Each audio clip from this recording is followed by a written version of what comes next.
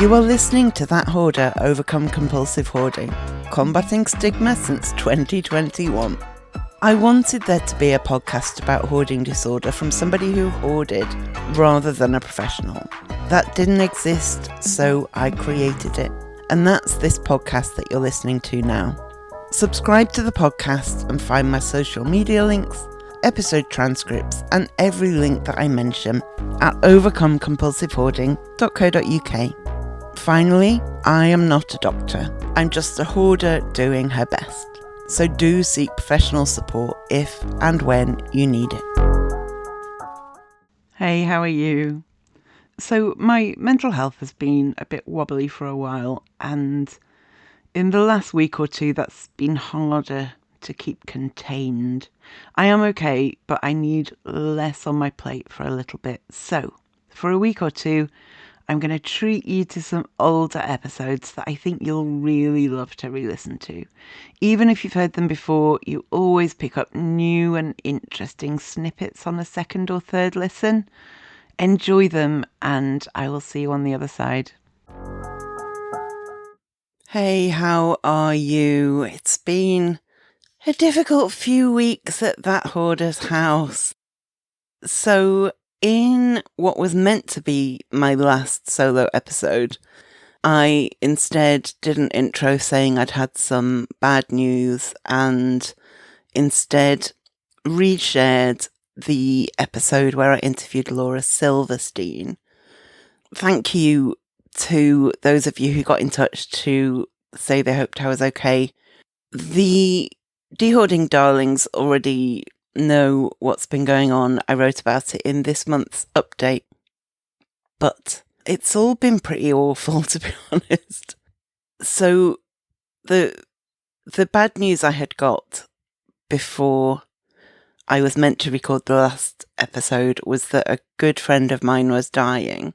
And that was pretty awful. And I tried to record and just couldn't.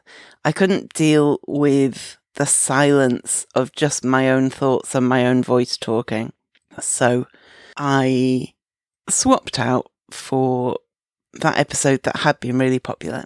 And then since then, I've done interview episodes, and that's been easier for me to get through because it's not so much being alone with my own thoughts. And so I was very sad that my friend was dying and I was struggling with the injustice of it. And then also out of the blue, a different friend died. And then the original friend died. And so I was facing the bereavement of two good friends who I really, really valued in my life, suddenly not being around anymore, and all the grief and sadness and unfairness and all of that that's been going on. So I'm not great. I'm not doing great, but I am pushing through. The people around me are being lovely, and that helps. When the second friend died, one of our mutual friends said, "I'm just near your house. Do you want me to pop over?" And I really wanted someone to pop over and give me a hug.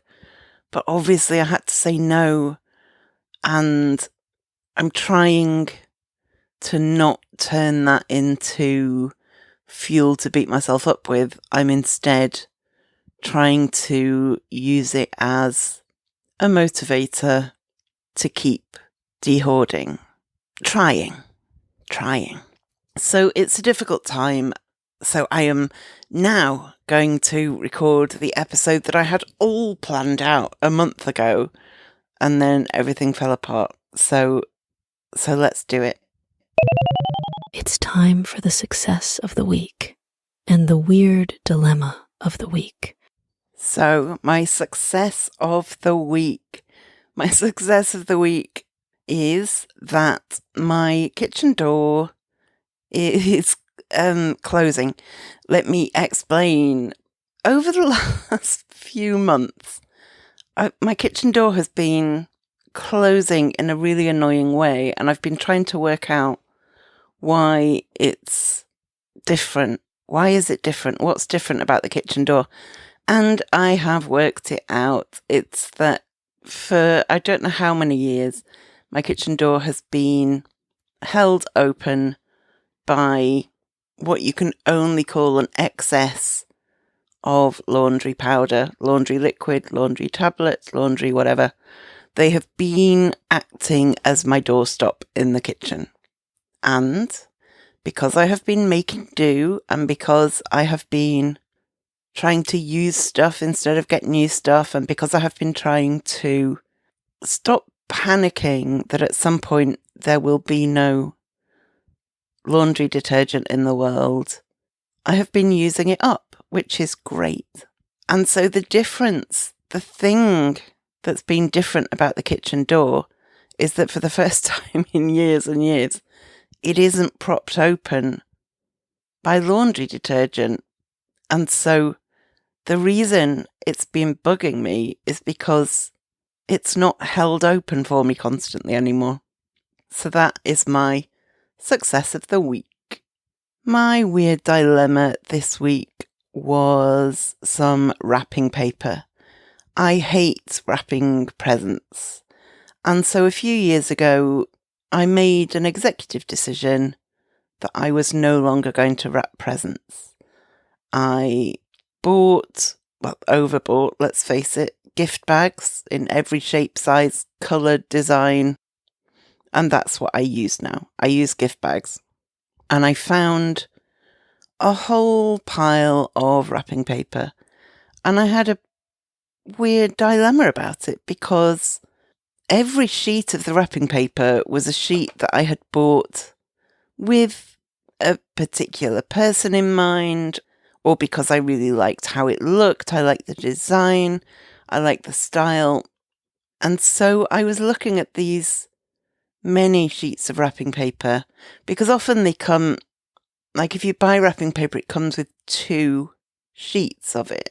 And so I would have used one on a gift for whoever I had in mind, and then still had the other one. And my dilemma was, I don't use wrapping paper anymore, and I don't want to use wrapping paper anymore. But I bought these bits of wrapping paper because I thought they were nice, or because I thought they were suitable for someone. And I really didn't want to get rid of them. And I knew I was being unreasonable because I knew I was never going to wrap gifts in it. And so it doesn't matter that I liked how it looked, or that I thought, oh, that would be really good for that particular friend. Didn't matter because I was never going to wrap a gift in any of it. But it still took me ages to finally decide I could get rid of it. And I did get rid of it. What I did was I went on social media and asked my friends, does anyone want a big pile of wrapping paper? There's some Hello Kitty, there's some this, there's some that. And a close friend of mine said, yes, please. And so next time I saw her, I gave her a big bag of wrapping paper. So she's happy. I don't feel sad at it having gone. I feel like it was the right decision. I know I'm not going to use it. So it turned out well. But hoarding brains are so weird for dilemmas like that. So today I am talking about dehoarding, or decluttering, or tidying, or cleaning, or any of those things when you are really, really busy, when you've got no time and you want to be doing it, or you know you should be doing it, but you're at work, or you've got kids, or you're at work and you've got kids. You might be caring for someone else, you might volunteer, you might have hobbies, and fitting in a task that you probably don't relish doing when you're already so busy is really hard. And I feel this. I work full time I have 2 different jobs and let's face it, a podcast. that you're listening to now, and it all takes up a lot of time. And then at the end of the day, I'm exhausted. At the weekends, I resent doing things that are tedious, and a lot of dehoarding can be quite tedious. I'm just always busy. I've always got things to do. And so I've been struggling to work out how to dehoard when there's so much else that doesn't feel optional in my life. How do I fit this in as well? And so I've been looking into this, and it's what I'm going to talk about today. So the first thing to say is I did an episode about how living in a hoard is really time consuming. And that was kind of what prompted me to move on to this topic for this episode, because there is a tension in the knowledge that not having time to dehoard means you're living in a hoard, and living in a hoard takes up a lot of additional time, and that is another of those famous vicious cycles that we know and love so well on this podcast. Living in a hoard is time consuming, so it's more important to dehoard than ever. But if you turn that around, you can reframe it and think, rather than an impossible situation, which it feels like, reframe it as, given that I have no time, I feel I have no time to do this, that's a good indication that doing it will benefit me even more. Simplifying, decluttering, making space will have even more of a benefit on my life than it would if I wasn't busy. And when we're really busy, it's easy to feel overwhelmed. And when our house is full of stuff, it's easy to feel overwhelmed. And when we can't open the mail because we're scared it will say that the landlord's doing a check, then it's even more overwhelming. And all of these things pile on top of each other. So I think the first point to make is that we can do more in a 10-minute gap than we think we can. If it's 10 to 11 and we know we've got a call at 11, it's really natural to say, oh, well, I can't get anything done in that time. There's no point bothering. There's no point trying. But then there are other times when we are dehoarding and we might have put a timer on and we get a load done and we think, how long have I been at it? And it's 10 minutes. Even 5 minutes, you can get a bag out of the house in a minute. You can grab the things that are obvious rubbish around you, put them into a bag while you're waiting for something, while, the clock's ticking. With those really small pockets of time, we can take advantage of them more than we probably think we can. When the kettle's boiling, when we are waiting for the oven to heat up, when we've got 10 minutes till that call, we can do something. And something is pretty much always better than nothing. So even if you spend 10 minutes on something and think, well, I didn't get that much done, it's still something. You still got a bit done. But actually, if you think about if you're waiting in a queue at the bank, 10 minutes is a really long time. I had to phone the bank today and I was on hold for 8 minutes, and that felt like forever. And that knowledge that the same objective amount of time can feel very different depending on circumstances is quite a useful thing to remember when we're going, there's no point even trying because I've only got 10 minutes. It could be really helpful to make a list of jobs you can do in 5 minutes, jobs you can do in 10 minutes, jobs you can do in 15 minutes. So that if you've got that amount of time, you can get the list out and think, right, 10 minutes. Let's have a look at my 10-minute tasks. And maybe you can clean the toilet. Maybe you can get the empty shampoo bottles off the side of the bath. Whatever it is that you've got on your list, it saves you having to make a decision as well. It saves you having to try and come up with an idea in that gap that you've got. If you've got a list on your phone or stuck to your wall, it just simplifies that a bit. It takes a barrier out of the process. Because dehoarding doesn't have to be all or nothing. It doesn't have to be a full day's efforts or nothing at all. A lot of us are very all or nothing thinkers, which doesn't help. It doesn't help with hoarding, doesn't help with dehoarding, and it definitely doesn't help with trying to convince yourself that the 5 minutes you've got till your takeaway arrives is worth employing for any kind of household tasks. It doesn't have to be all or nothing. And when you're dealing with a hoard, it can't possibly be all or nothing because you've got a lot to do. You need breaks. They're not optional. And it's going to take a long time in most cases to dehoard your home.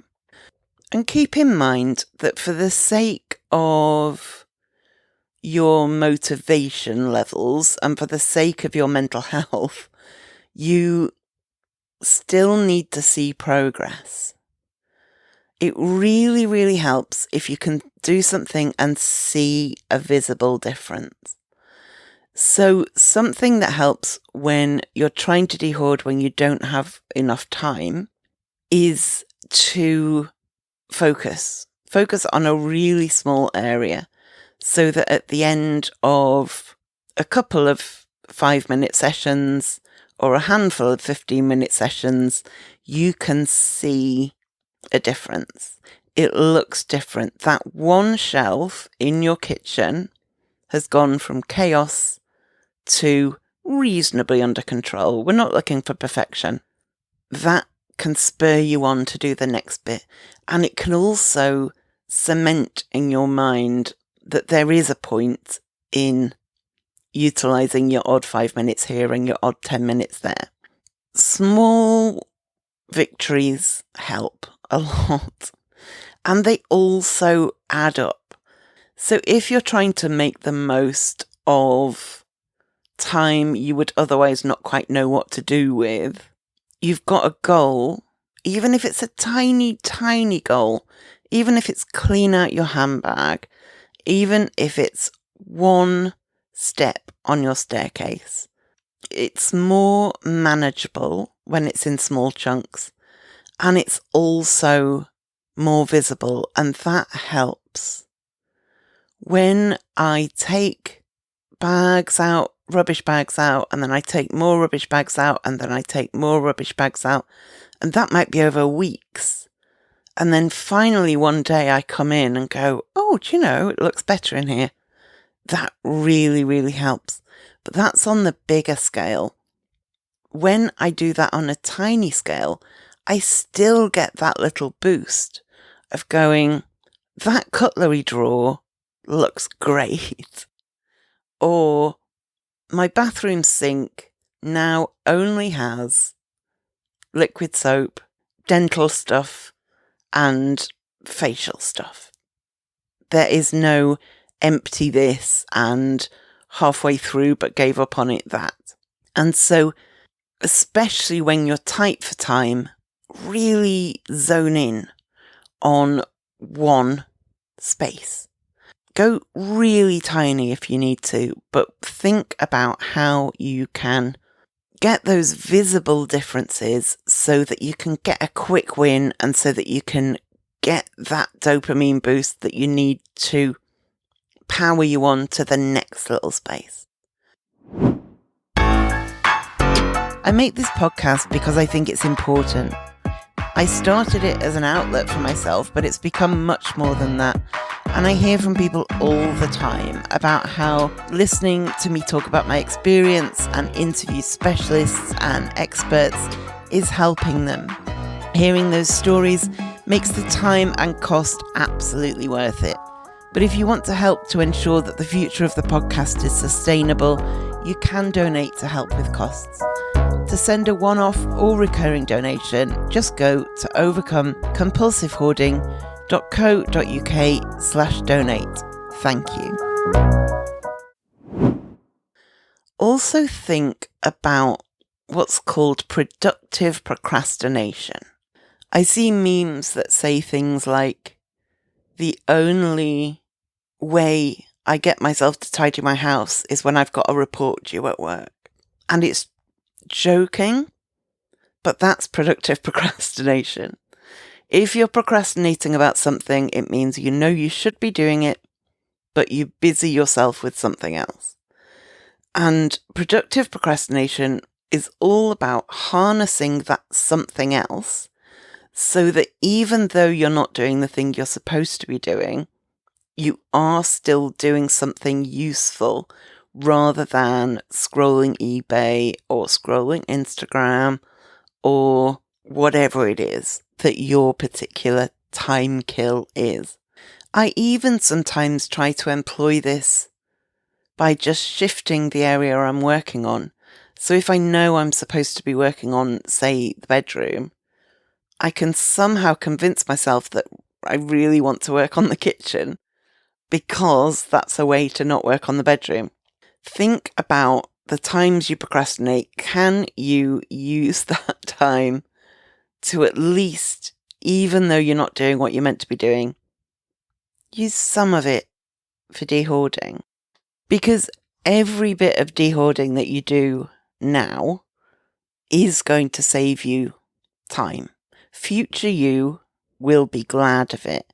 So it's kind of investing time now, putting time in now, so that in the future you have more time.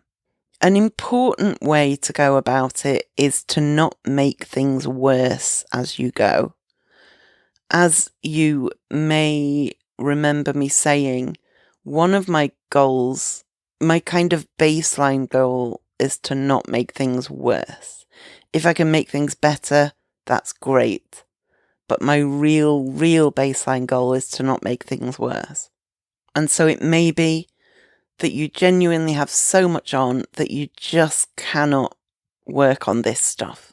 But what is really important is that you focus on, if absolutely nothing else, you're not making things worse. And that means dealing with stuff in the moment.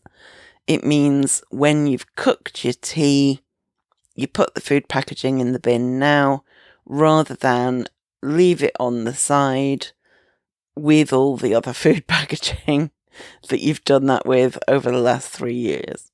If you finish the toilet roll, you take the old centre of the toilet roll off, you put it in the bin, you don't add it to the pile of other toilet roll centres. Not making things worse, dealing with stuff as you use it is really important. And part of that is saying no to new stuff, saying no to additional stuff. Even if you only look at this as a short-term thing or as a medium-term thing, think about what's coming into your home and just try your hardest to not add to the clutter you've already got. And saying no to new stuff and additional stuff also applies to your time. If somebody says, can you help out at church on Sunday? Can you help out at the synagogue? Can you help out at your kids' school? Can you help out at the local community centre? It's okay to say, I'm really sorry, I can't. That's hard for people pleasers. It's hard for people who struggle to say no. But ask yourself, do you even want to do the thing somebody's trying to get you to do?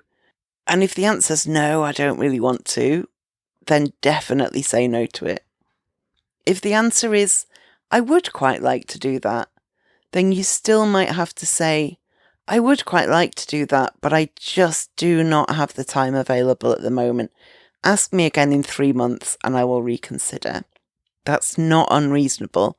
It's completely reasonable.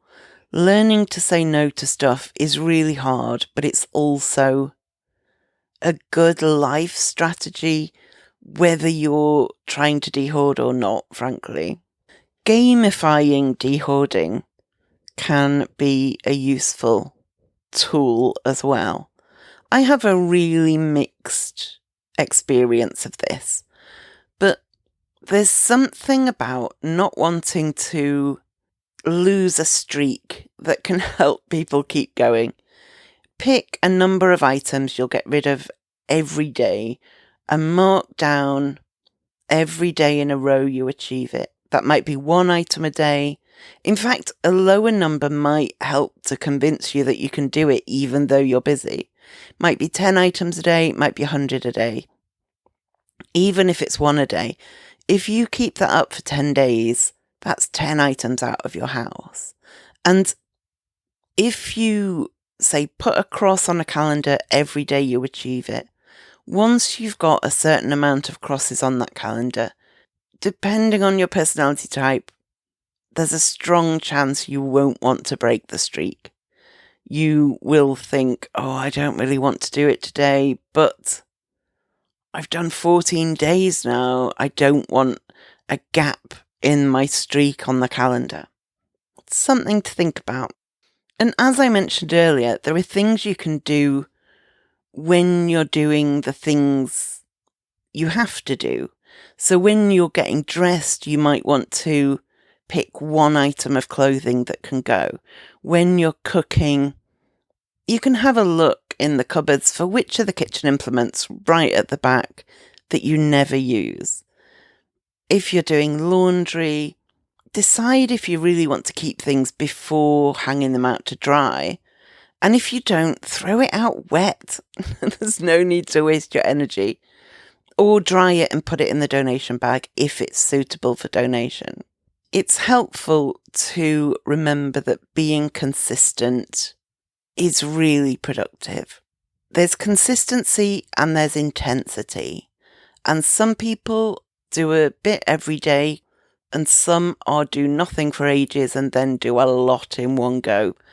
And kind of by nature, I'm the second, but I have come to know that that is not enough for a project like Dehoarding.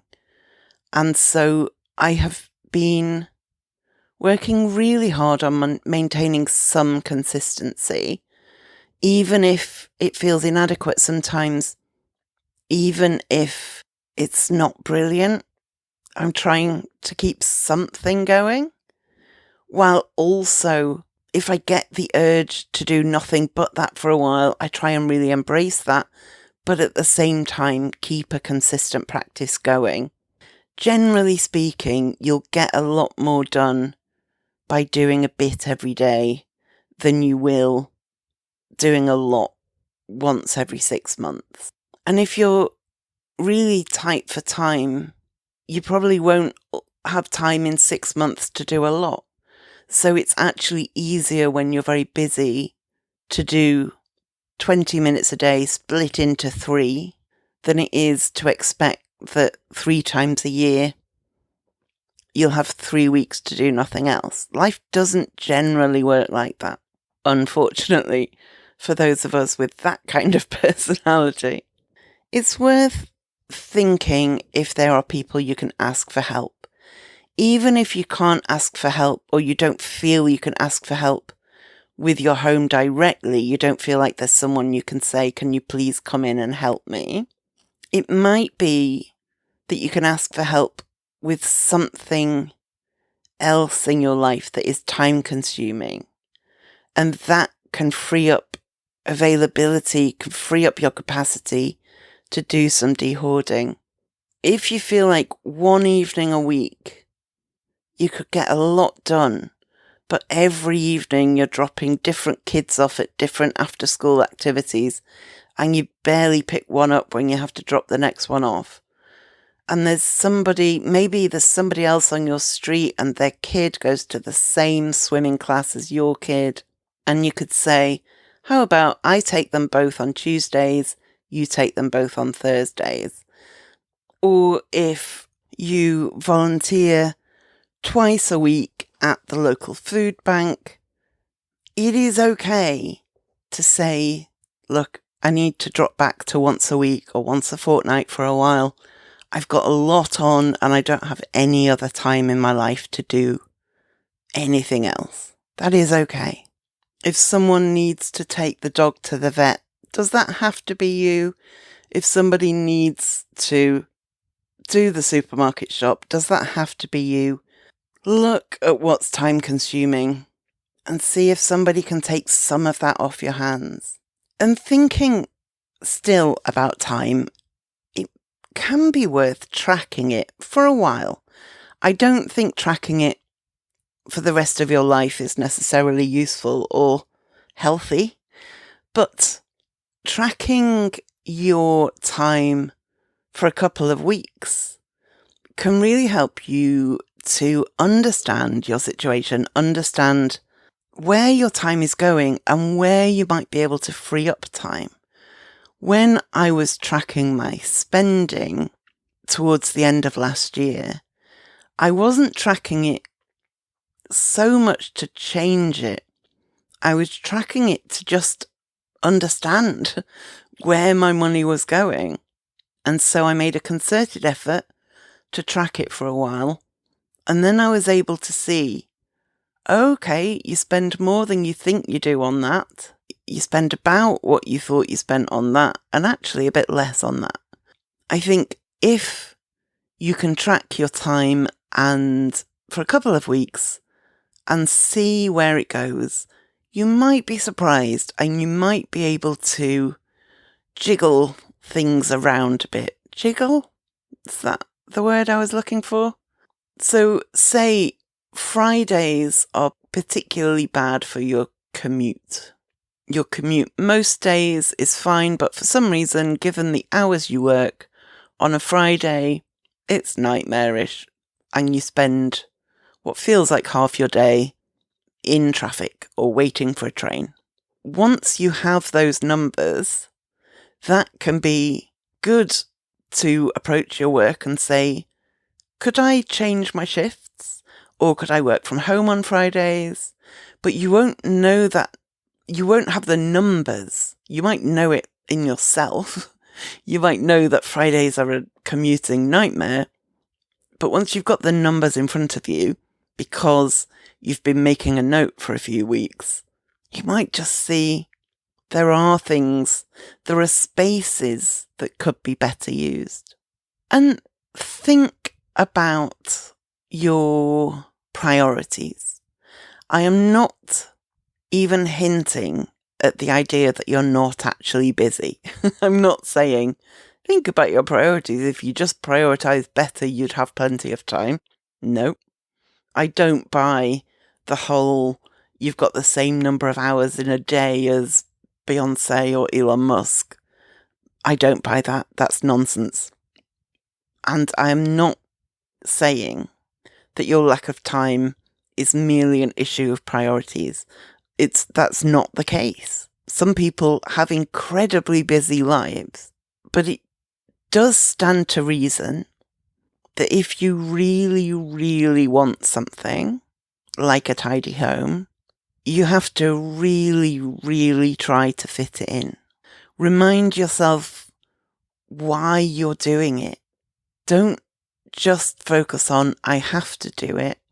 End that sentence with because. I have to do it because. And remind yourself of why this is important to you. And that will be different to you as it is to me and to the next person. And so with that question of priorities, it might be that you've got an activity that you genuinely love, but that you have to put aside for a short time or a medium amount of time to make the time to dehoard your house. And that's not fun and it's not ideal. It might serve as a motivator, like the quicker I can do this, the more consistent I am, the sooner I can go back to the book club or the sooner I can start knitting again. And none of this is to say that you can't have rest time or downtime. Rest time and downtime are crucial. They're not a nice to have. They are absolutely essential for your sanity, for your physical health, to reduce the chance of burnout. If I want to semi-wind down, I might put the TV on, but with a pile of stuff in front of me. So I'm watching whatever Netflix series I'm obsessed with that I would be watching anyway, but I'm adding dehoarding to that. Because this isn't a punitive process where you have to sit in silence and suffer. But you can also just put the TV on. You can also just go to book club. You can take out the knitting. You can ring your friend. So while there are times to fit this stuff in, you don't have to be, and indeed you shouldn't be, on the go every second of every minute of every hour that you're awake. Give yourself grace while you are doing this. You might get behind where you'd hoped you would be. You might have great plans to do it and then not do it. You might accidentally make things worse when you were trying to make things better. Give yourself grace. Forgive yourself if you're angry with yourself. Say it's okay. It's okay. You're just being human. And then direct your attention back to what you were hoping to do and why you were hoping to do it. And prioritizing and looking as objectively as you can at the time you have and the way you spend it. And seeing if you can find an hour on a Saturday morning, or the 10 minutes between your kid going out for the school bus and you having to leave for work. Let's talk secrets. I keep my hoarding secret, and I often wonder about the effect that these secrets and this shame have on us and on mental health.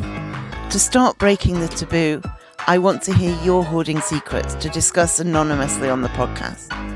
I've created a form to submit your secrets anonymously. I won't know who sends what. If you want to tell me your secret for a potential future episode, go to overcomecompulsivehoarding.co.uk/secret.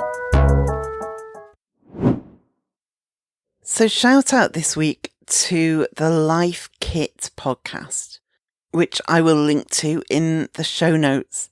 In this episode, Monique White is giving advice on what to do if you've been saving money and now you need to spend it.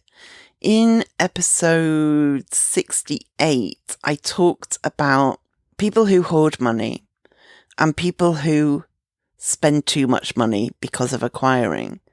And this felt like good advice for the former group, people who save up and save up and save up and then don't want to spend. Have a listen. A final takeaway Monique shared with me. If an emergency does happen and all the money that you've been squirreling away and saving so diligently for so many months just suddenly has to be used and your goal is blown up and you're back to square one, that should be a moment of pride. I understand why they would feel discouraged and they have to reset, but that's what your savings was for. So I would feel extremely proud that you had that to cover that unexpected medical expense, car maintenance or anything like that. So you should feel so proud that you were even able to save for something like that. And now you're going to reset, and that's okay. That's everyone's journey when it comes to their finances. We're always resetting. We're always shifting. We're always prioritizing. So I get the discouragement, but you did it and you covered it, and now we're going to keep going. So I will link to the Life Kit podcast in the show notes. Okay, thank you for listening. I managed a solo episode without crying. All good. And I will speak to you next time. Thank you for listening to the Overcome Compulsive Hoarding with That Hoarder podcast. You can find more online at overcomecompulsivehoarding.co.uk. You can find me on Twitter at That Hoarder, and on Facebook at Overcome Compulsive Hoarding with That Hoarder. To find out more about how you can support the podcast and the overall project, go to overcomecompulsivehoarding.co.uk/support and do subscribe to the podcast to make sure you don't miss any future episodes. There may be links in this podcast that earn me money. This doesn't come at any extra cost to you if you ever make a purchase through the links, and it helps to support the future of the podcast.